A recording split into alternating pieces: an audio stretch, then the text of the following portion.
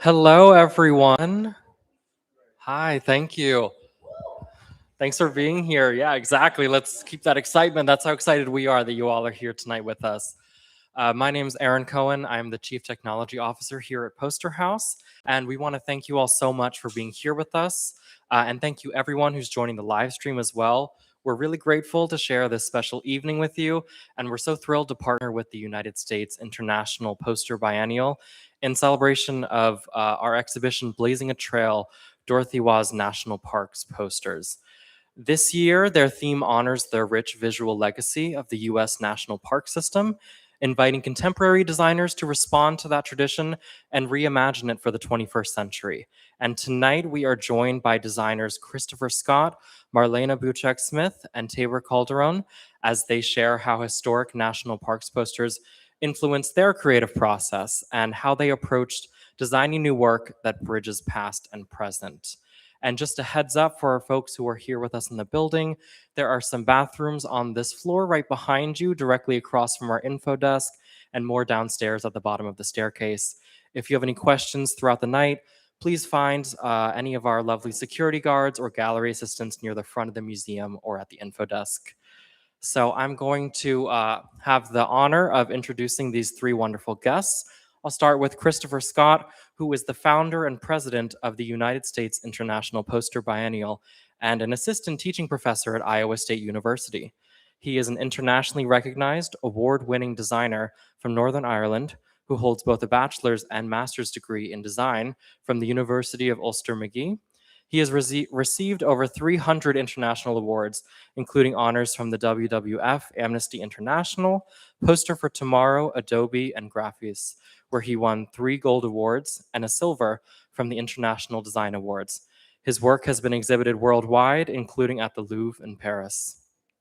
I'll then move on to Taber Calderon, who is a New York City-based graphic designer, born in the south of the Dominican Republic, Santo Domingo, and raised in the South Bronx in the 1980s.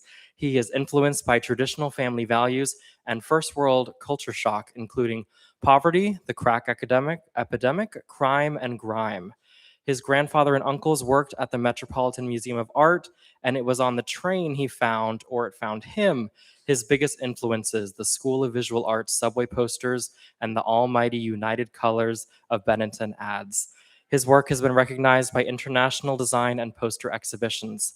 And finally, we're joined by Marlena Buczek Smith, who is a designer and author who moved to the United States from Poland in the early 1990s, where she attended the School of Visual Arts in New York City. Her body of work includes posters, commercial graphic design, and paintings. Her posters have been printed in various publications, including Print Quarterly and Graphis, the later elevating her status to master in the September 2023 issue. Marlena judges and participates in international poster exhibitions, including the 8th International Biennale of the Socio-Political Poster, the 14th International Triennial of Political Posters, What Unites Us Too, and the 2021 New Jersey Arts Annual Revision and Respond. Her latest work, a compilation of posters and poetry book entitled Continuum, was released in spring 2025. Thank you again for being here with us, and I hope you enjoy the next hour with our wonderful guests.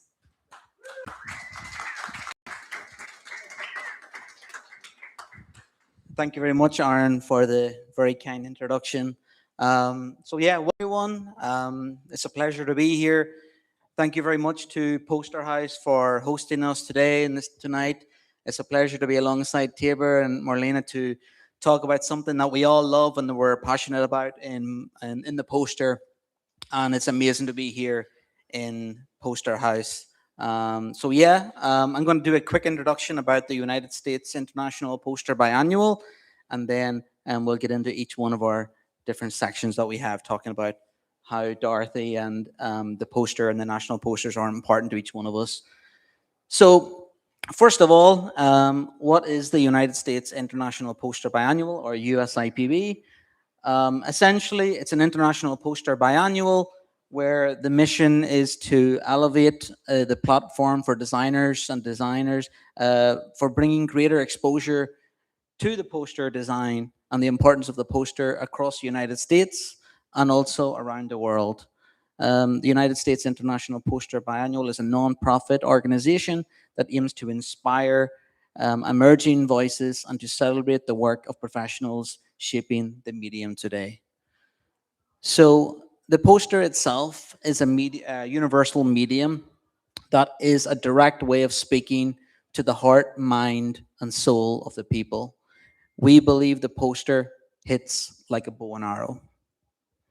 So our belief as poster designers that we believe in the power of the poster as a medium to transcend borders, provoke critical dialogue, and challenge entrenched systems of power.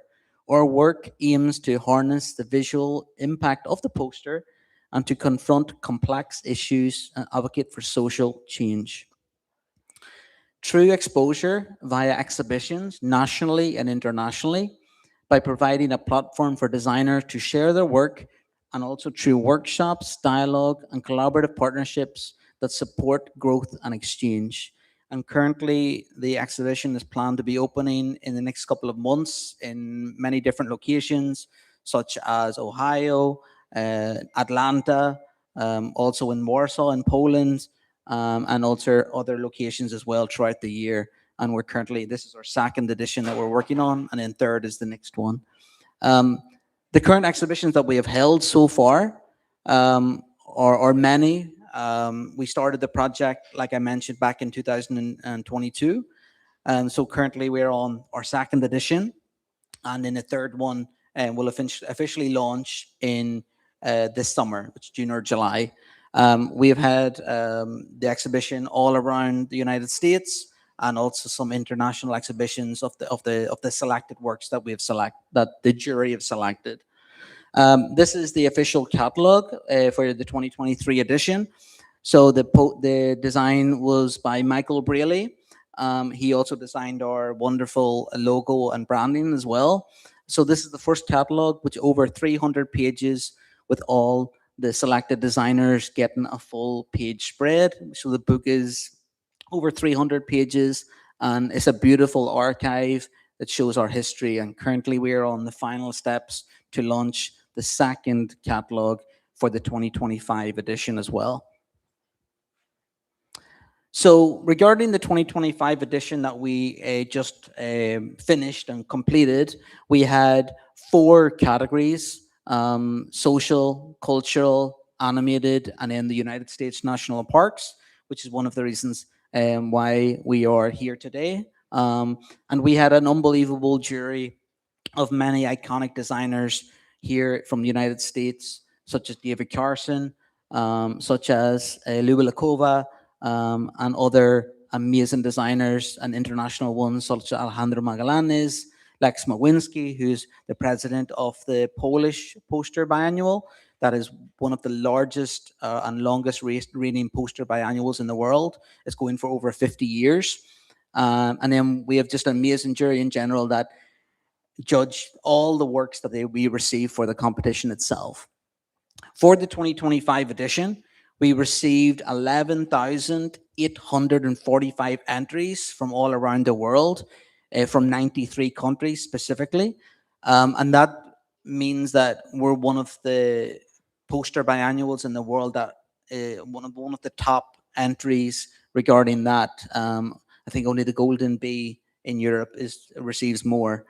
So it's an honor that the designers and the design community have connected to USIPB in that way, where we receive that amount of work from all around the world is amazing. And it maybe mentions something that we're going to talk more about deeply later, that the poster is alive and kicking, and it's the beat and the heart of the poster is still very, very strong.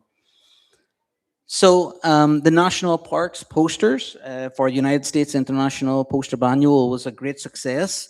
We received in that category, I think it was roughly around 2,000 entries in that category specifically from all around the world, which was amazing. And obviously in the catalog itself, only 50 were selected from those 2,000 entries in that category.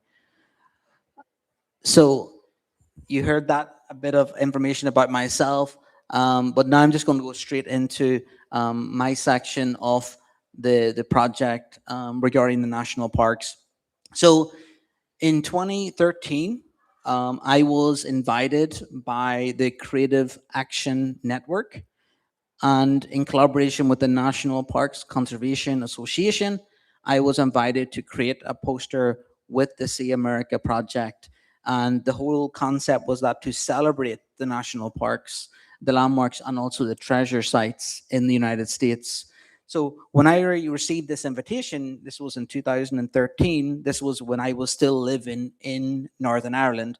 So this opened my eyes a lot to what is a national park in the United States. And it opened my eyes to many different things regarding the parks in general and how we treat them and how we need to respect them. Sorry. So whenever I was looking into the national parks posters, I was researching a lot, obviously, because as a young North person from Northern Ireland, I didn't know a lot of context regarding what even a national park was, right? Because when you're on the other side of the globe, sometimes things can get lost, right? So I was researching about the importance of how these landscapes are seen and remembered and valued. And while living in Ireland, I was looking over all these national park posters, and I remember encountering the work of Dorothy, among other designers too. I remember looking at the work of Rob Decker as well. So this was 13 years ago that I was doing this, and it definitely influenced my approach. And that famous WPA style that's very recognized and originated from the 1930s and 40s, and obviously it transcended into my work that I did for them too for that. um, Obviously the biggest hurdle for me was that I was designing from afar, right? So you're talking 2013. I think I only was on a plane maybe twice in my life whenever I at that stage. I traveled to maybe Italy on a holiday with my family. I didn't know a lot of international information at all, to be honest, because when you're in Ireland, the only thing that you know is Ireland, right? So that forced me to really try to interpret the information that I was researching in a different way. Here you can see there's photographs on the left. That's my or small family home in Ardbow in County Tyrone. Ardbow is Irish. It means high cow in Irish.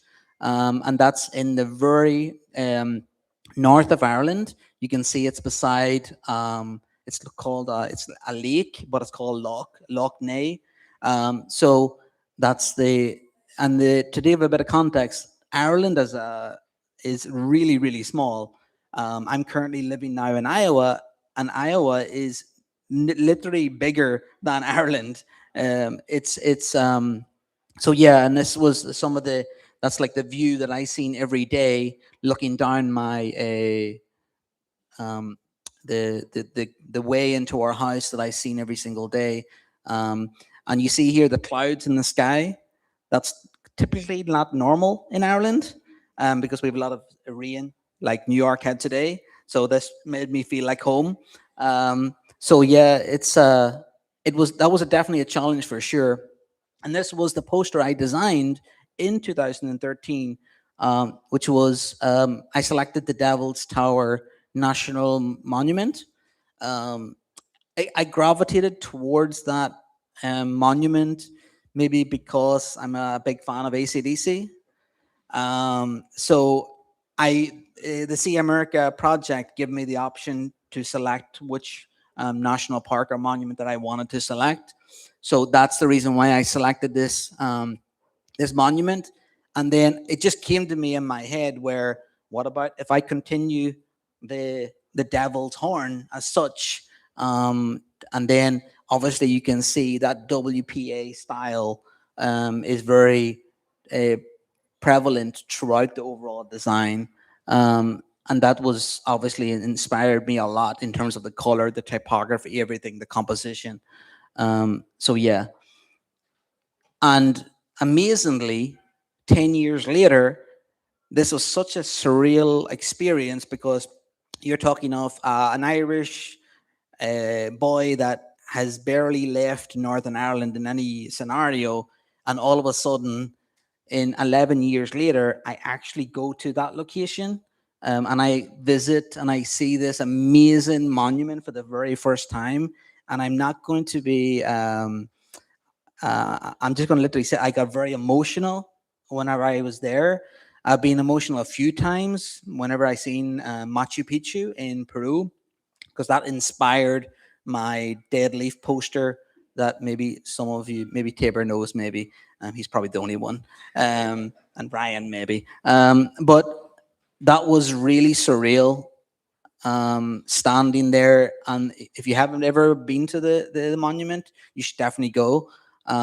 It's And I didn't understand the importance of it while I was just doing it. I was designing a poster in Adobe Illustrator or Photoshop in my small Irish home, and then all of a sudden I'm there, standing there, which is very surreal for sure. And now I'm going to pass it over to Marlena. Thank you.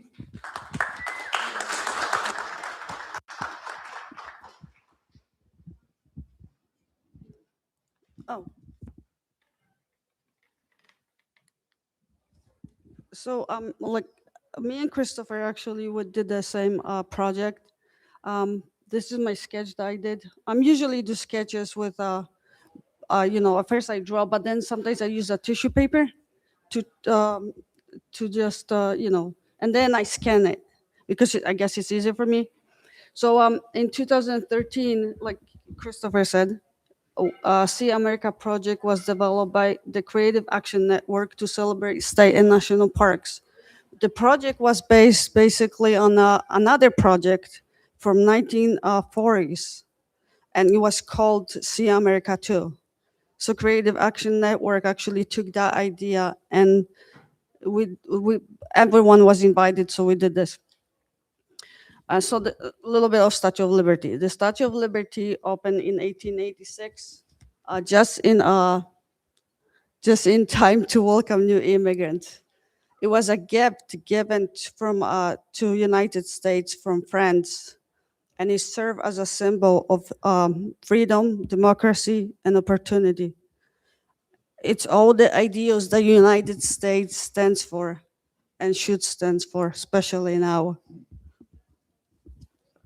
Yeah, yeah. I mean, okay. So during 2013, there was another government shutdown. So Statue of Liberty went dark for several days. And the government shutdown was about a standoff between Congress and Obama administration. They were fighting over Affordable Care Act, which led to closure of national and state parks. So, but it highlights how the political disputes can basically impact our design process. So within her darkness, she represents the resilience of indigenous people, immigrants, and abolition of slavery, while overcoming all the challenges and welcoming visitors to her shores, where New York always stands with her and fights for her. That's why I have this little, part of New York in there. Okay. Oh, I have this.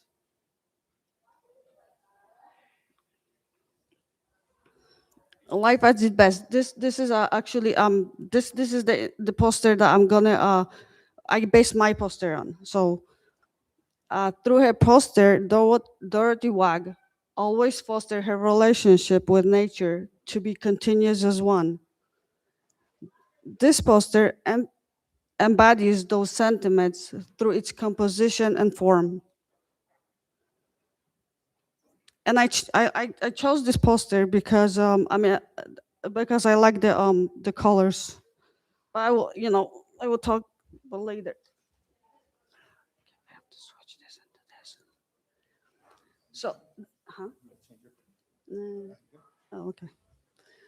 Oh, so the unknown poster. I call that because no one knows how the posters basically looks like. So what happened? Dorothy was commissioned to design her next poster, which was on a representing bighorn sheep. A national park service printed 5,000 copies, which all of them were destroyed due to them partnering with a agricultural biological survey. And the survey decided that they dislike her uh, representational representation and consider her poster to be basically a failure. It's and during depression, that must be, you know, to destroy 5,000 copies being printed. That's, yeah, exactly. That just it's unbelievable. I mean, that, you know, people did not have money and food, and we are printing 5,000 copies and destroying them just because someone doesn't like it.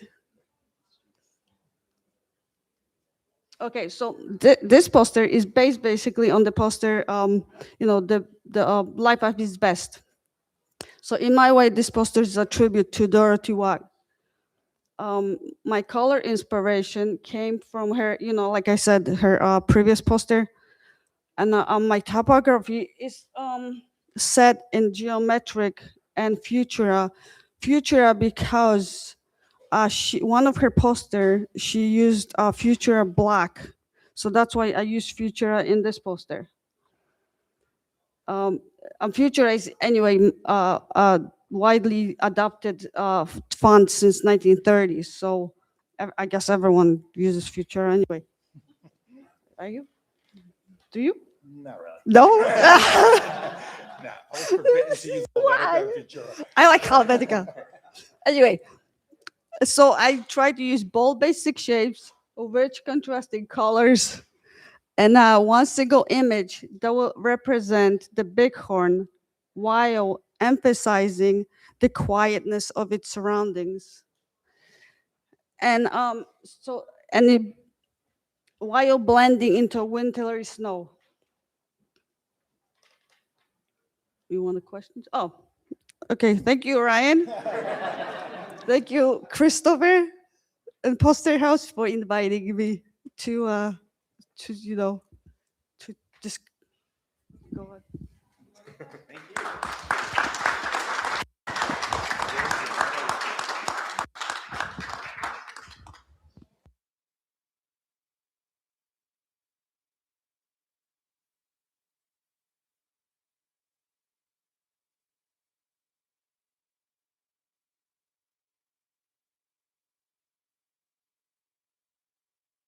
Yeah. So Ryan calls and says, "Hey Taber, had this idea, and I think you and Marlena would be good for this." And I said, "Well, talk to me." He told me about this opportunity, and I was like, "You know what? I just finished designing this poster for the environment, so why not?" Got excited. I had a couple months to do it, which was even better. I didn't have to do it in a week, and I thought it was the perfect opportunity to express more of my thoughts on the environment. So, by the way, I figured that this is the only time I'm going to be speaking at Poster House, so I wanted to show a poster and then another poster, so I'm not just going to show you the poster I was commissioned to design. So effectively, this is a mini show. All right, looking back, I had never heard of Dorothy Waugh, and I think that I'm such a learned person when it comes to design history, as many of you know and talk to me. I think, I know designers and I know the history. Unfortunately, I have never heard of Dorothy Waugh, and I would assume that a lot of us haven't.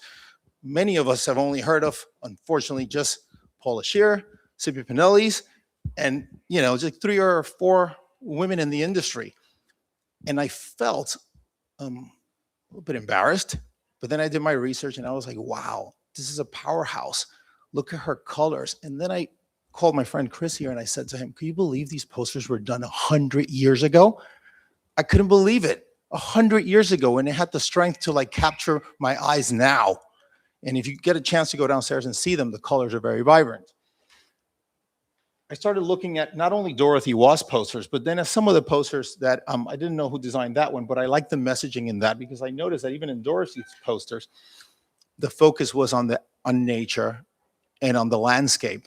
I particularly gravitated towards those two posters because I like the colors. They were a bit muted, and I like the fact that you almost have to be drawn into them. They don't sort of yell at you, and which is not a bad thing. Some of the posters that are downstairs of hers, the colors are so vibrant, they're amazing, but I really like these two because they almost invited you to just stick your neck out and go and look at them, right? And the most important part is that it's a product for us to go and visit and spend our money and invest, but it's also a privilege to have those things and to be able to take care of them. It's incumbent upon all of us to take care of it.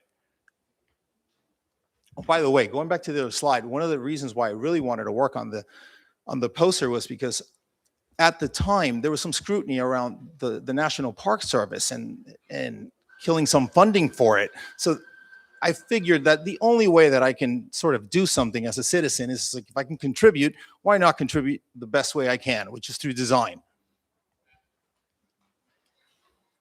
So when I started sketching, I realized that I needed to show it to my creative directors.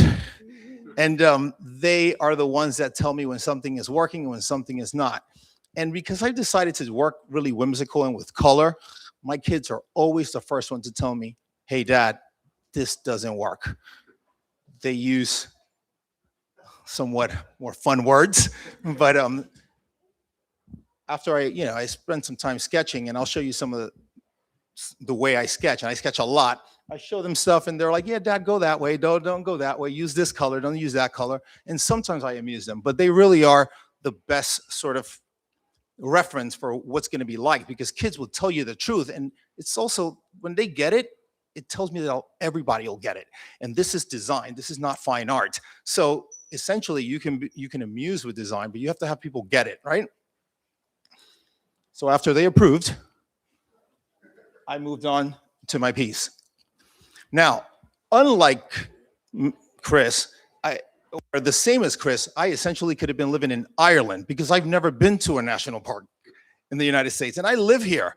Well, technically, I've been to the Statue of Liberty, yes, but in essence, I have never been to enjoy the majesty of a national park. So I really went into this in terms of like, how would I feel if I go and I draw this in a sketchbook really quick? So I didn't necessarily copy a style from that era. I just really wanted to enjoy it as if I were to see it for the first time. Would I want to just sketch it and be in awe of everything that's going on?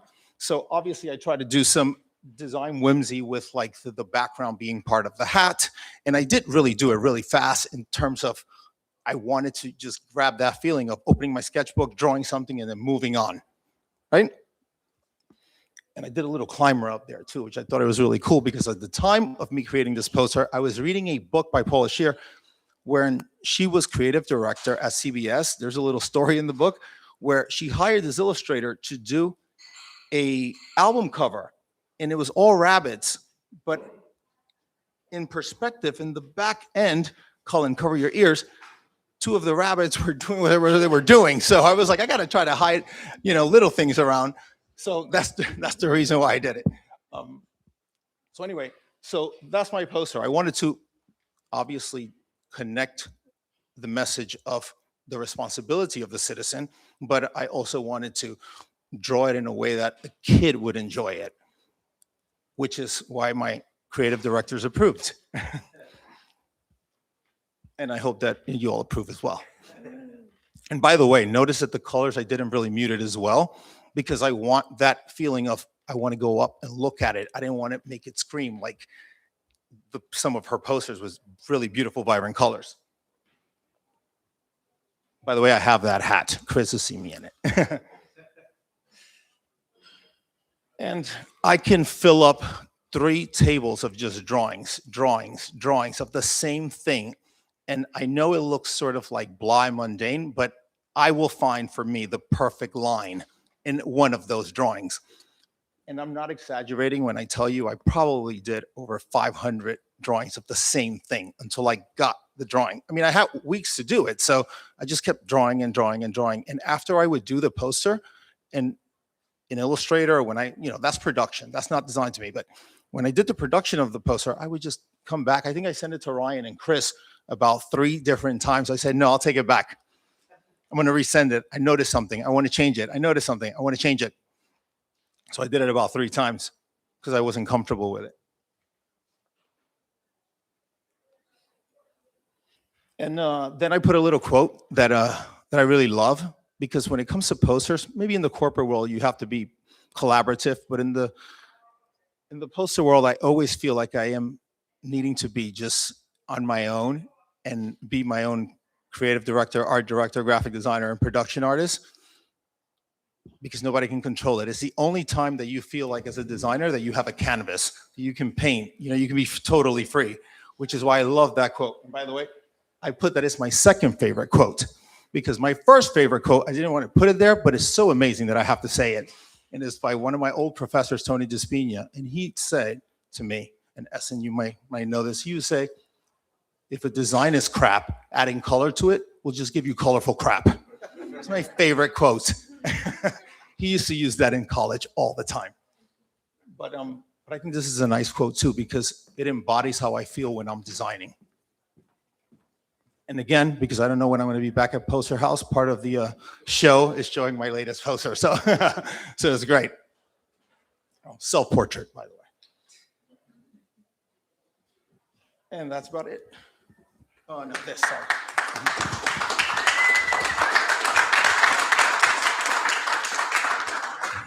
So, thank you all for joining us here today. And we're just going to end with a few things. A good poster is a punch to the eye. A good poster is a dagger to the heart. A good poster is a question for the brain. Thank you very much.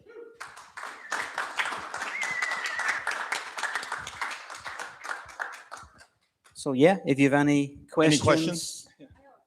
Yes. But this is really rare. The panelists is the question. You know how we had the posters on the wall? On my wall, yes. Yeah, I know all of it except one. Which one? On this side. Tony. Oh, Tony. Yeah. So Tony DeSpina is like an institution. It's like a college unto himself, that guy. Essen knows him very well, but my mentors, and he's very good. So do you want to? I don't know if they're going to be able to see it. The poster. Can we get this back up? Is that the one you're questioning? The one that was in the Yes. left? Okay. I don't know that. He's going to love that I'm talking about it. But the nice thing about Tony is that when I went to school, he taught us, but especially me. I really didn't take graphic design classes. He taught us in a way that it was like, no, you're a creative person. If someone asks you to design a chair, are you going to tell them no? So you have to figure it out. And I thought it was the most wonderful thing I ever heard in my life. Even the way he spoke about drinking coffee. He was having coffee one day and he was like, what does this say? I love New York. He's like, no, it says, I love New York. He looked at the world as if everything is expressive and you need to look at it for what it is. So that was sort of my upbringing in design. So I have a poster of his, number one, because he showcases his illustration and his lettering and just his entire belief system in one poster. Yeah. Yes. Great question. Testing. Thank you all. This was like really amazing. My question is, you all are generalists to some extent. I'm curious, why do you love the poster and what is it about it that really drives you specifically?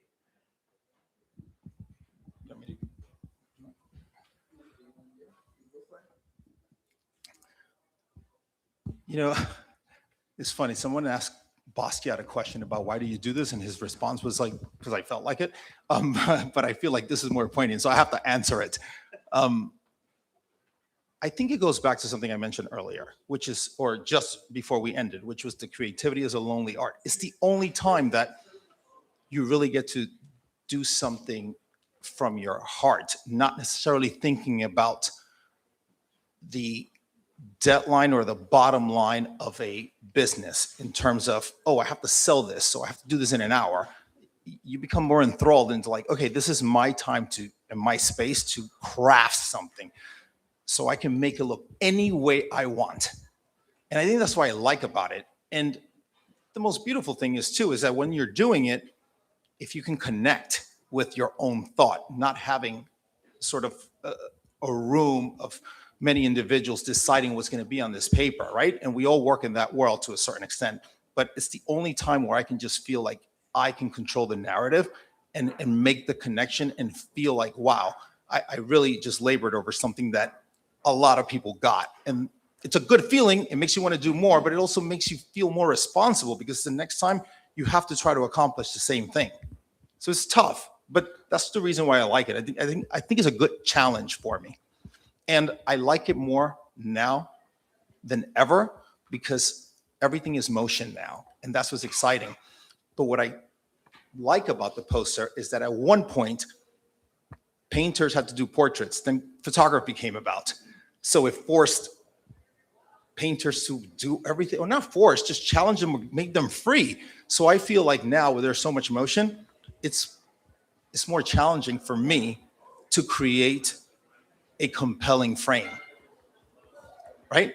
It's really challenging because there could be movement in that still. Yeah.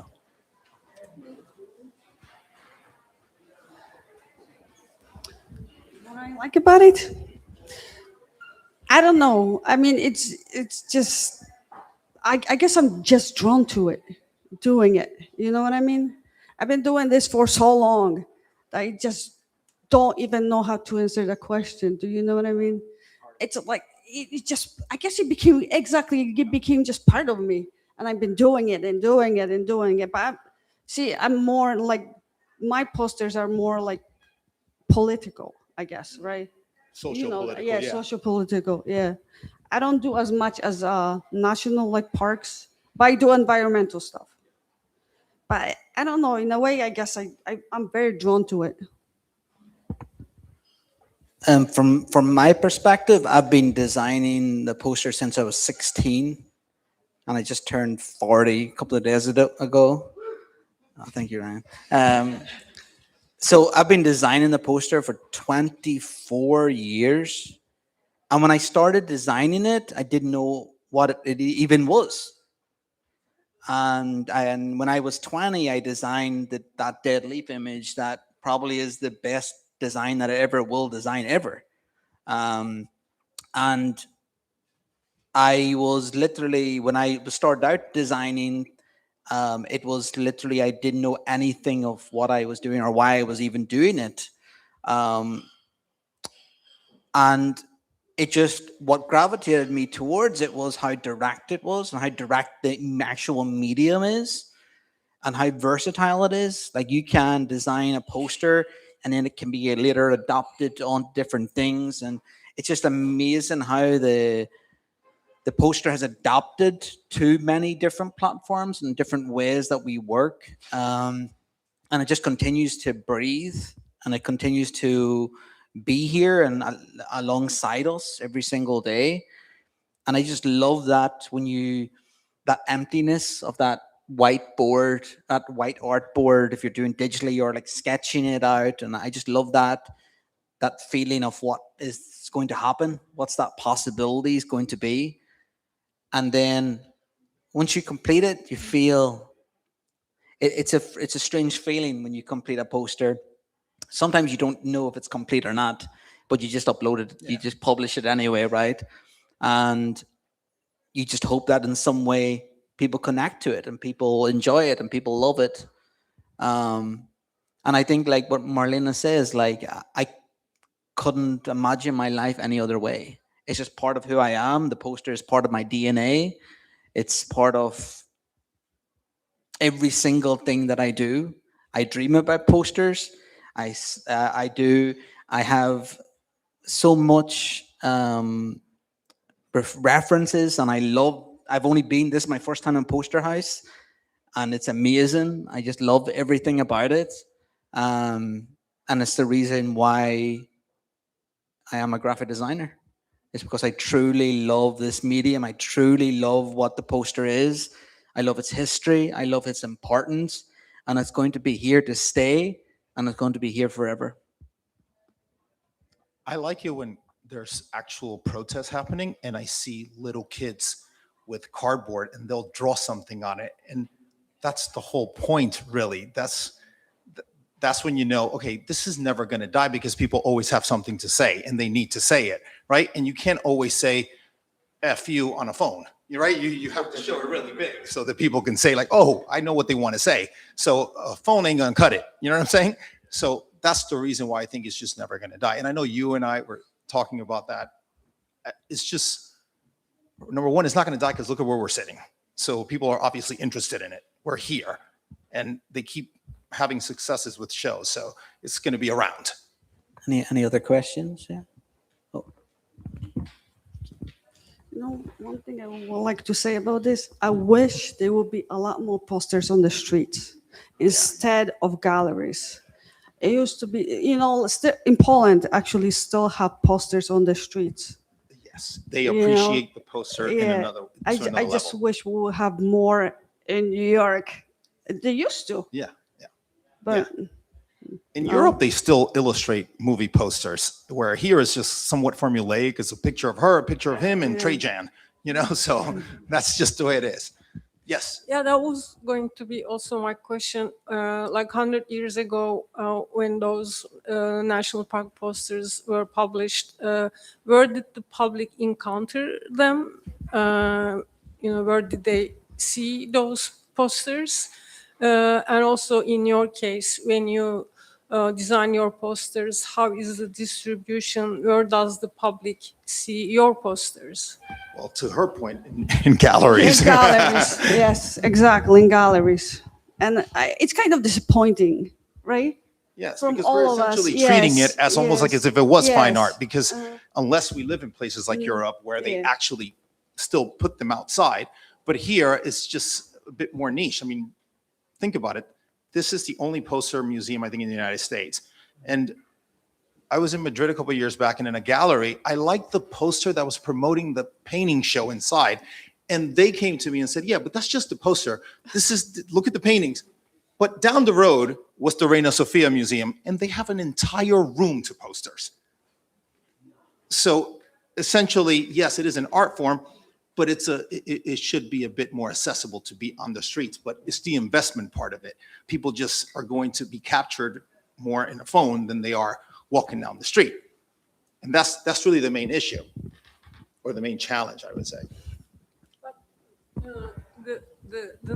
The older posters, the ones designed by Dorothy, for example, where did the public see them? I think the public at the time saw them in the parks, but I don't know, and I'm not sure, but there was just a movement to promote those. So I don't know exactly where, but I definitely know in parks, and I don't know if at times they were sent to organizations, but I really don't know what the best answer or if I have the correct answer for that. The one with the See America, Yeah. the project that was from 1940s, they actually distributed them They to distribute schools. them? Okay. Yeah, to schools. Yeah, I knew Yes. they would send them to Yes, so institutions. that's a nice thing actually for schools to see stuff like that, especially like for little kids. Yeah. Right, Orphe? And the poster's a medium, but essentially what you're creating is a communication graphic. You know, it could be anywhere. It could be a book jacket. It could be a wine label. It's just, what is it trying to say and for who, really? But that's just the name of it, the poster. But essentially, you're just creating something that's engaging. Thank you. You're welcome. Thanks all for the talk. That was super interesting. I know next to nothing about the poster as a genre, but I'm curious to hear your thoughts about, as we look at the three posters that you folks came to show today. What strikes me is that there's a balance. You folks as the artists have to strike a balance between saying something with the form, shape, and color of the graphics itself, and literally saying something with text.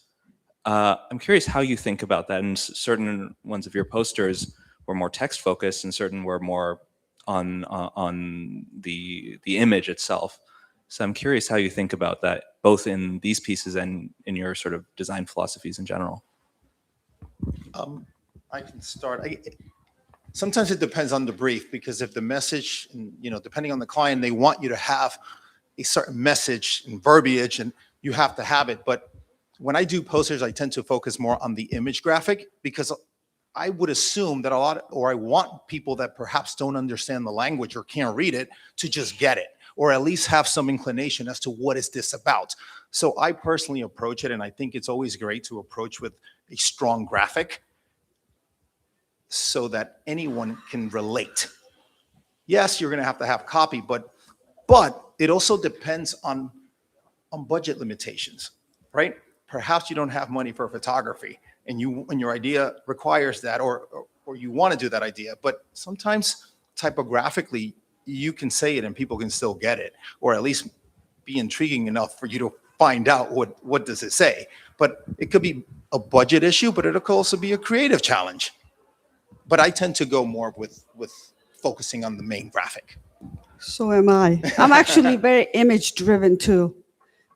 Sometimes I have trouble with my typography, like, I don't know, sometimes it just doesn't work. So I'm spend hours and hours on little trivia, like, where am I supposed to put my text?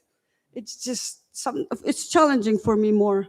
But image, I'm more image driven.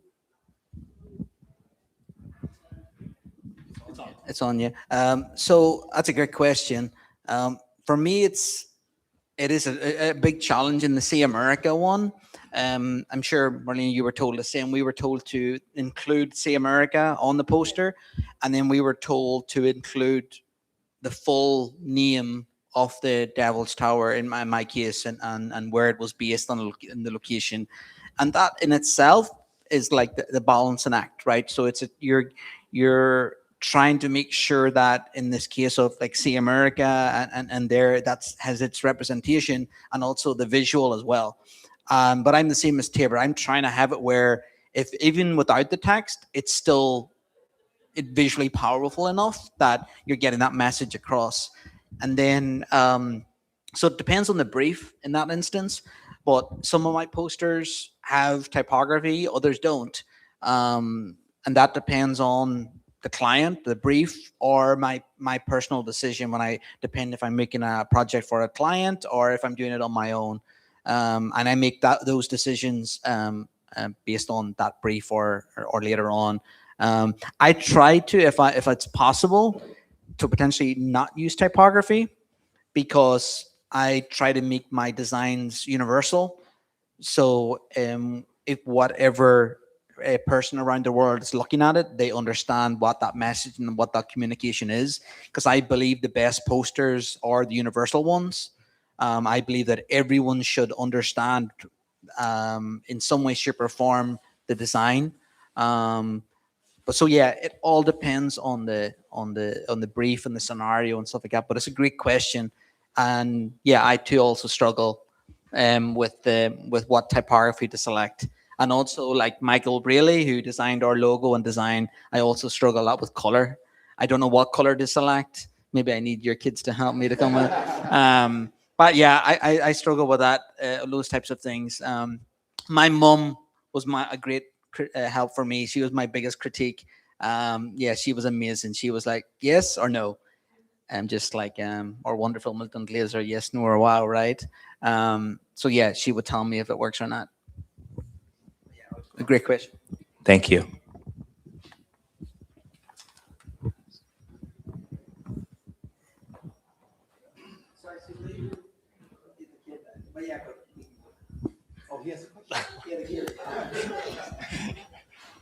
Sorry, Shakir. Mom, Yes? do you think chickens are funny? What? Do you think chickens are funny? Yes, I do. Especially Seymour Quest.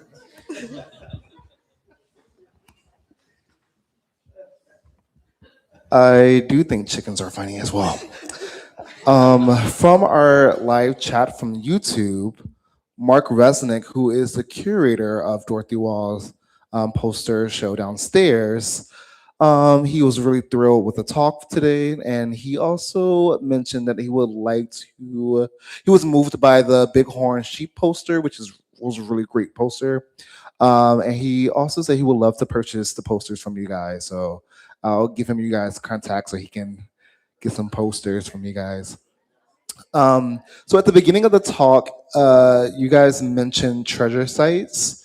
So Mark had a question about where are the treasure sites? The treasure sites. Well, yeah, that's the thing. What are those? Where are those treasure sites? Because that's where the gold is, right? But for me, it's everything is those treasures. Whenever I was in Ireland and I was looking at these national parks, right? Everywhere was just something beautiful, right? And then whenever I finally came over here, I understood very quickly how beautiful the United States is. It's just such a beautiful country in all the different aspects, and the parks themselves, like, just took my breath away. And I've been very fortunate to travel around the United States since I've came here with my beautiful wife Viviana in 2022, and we've just been everywhere, and it's just so beautiful. And that's where that hidden treasure is. And if you can trust me when I say this, because I left Ireland in 2020 in 2012, and you don't realize how beautiful the country is until you finally leave it. So while you're here, treasure it even more. Go to the national parks, see these beautiful treasures, because they are truly mind-blowing. If you ever been to the Rocky Mountains, if you ever been to like Smoky Mountains as well, Yellowstone is absolutely spectacular. There's no words to describe how special all these locations are. And go to them because yeah, they're just like national treasures. I found the treasures really because, like I said, I've never been to a national park. My treasures were, it was art too, because I grew up seeing a lot of Ansel Adams photographs, and you know what? That's the power of art, because those images took me there. So I did reference a little bit of that, and I like to not see so many references, but I think that that's what I held on to in terms of like, okay, this is going to help me get to where I need to get to in my sketches. But it was really just looking at Ansel Adams pictures. You good? And any other questions? Yes. Yes, back there.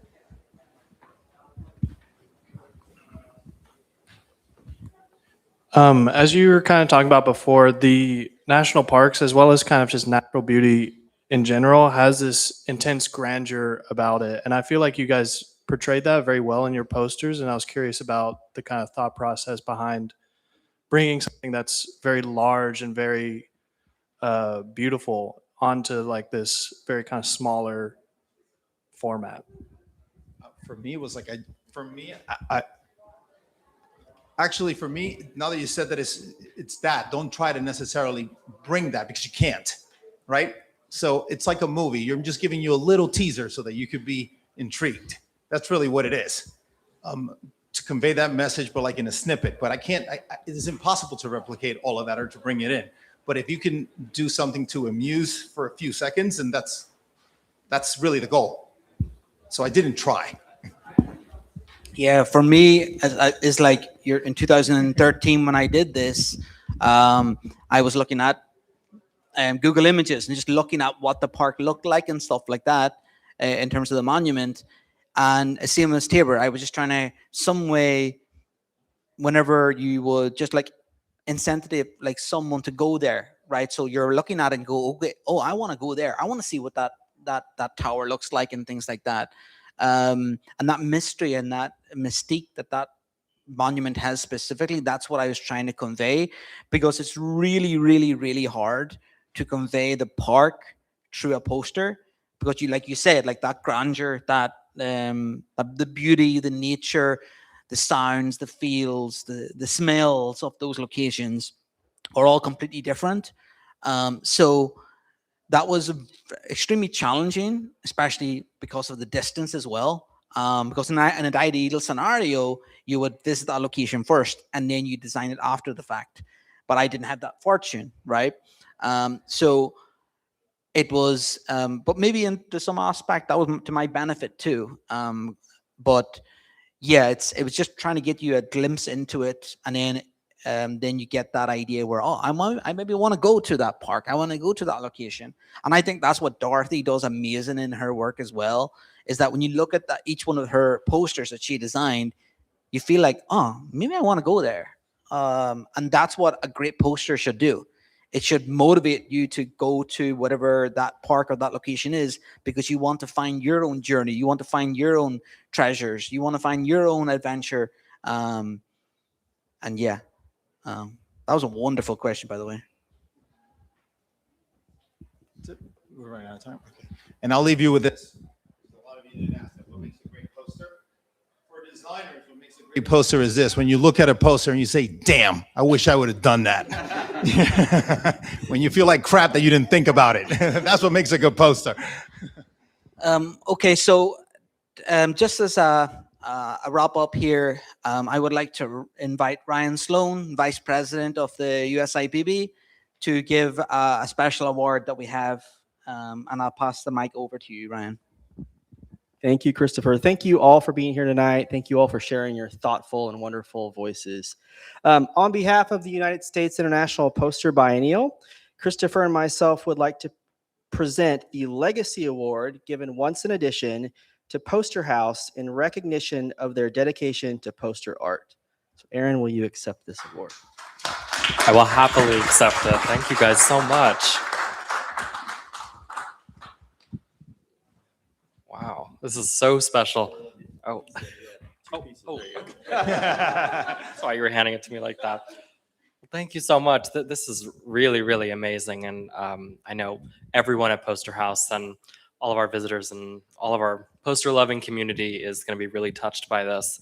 I was really thinking for the past few minutes about what you had just said of trying to describe national parks, and you were saying, like, it's just, you can't describe it. There are no words to describe it. And I think that also sums up how we see posters and design at Poster House as well. Is like, design is communication. Posters are a language that bridge us, and you see them everywhere. They're this quick visual information that everyone has in their peripheral vision, and means a lot, whether it's something you're passing, something you're making, or something that's teaching you something about history. And so, yeah, I just, I think this is like a perfect culmination of everything that Poster House is about, is really expressing the power of the poster and the power of communication, and talking about design together really brings it full circle. So thank you so much for this award. It really means a lot to us. Thank you.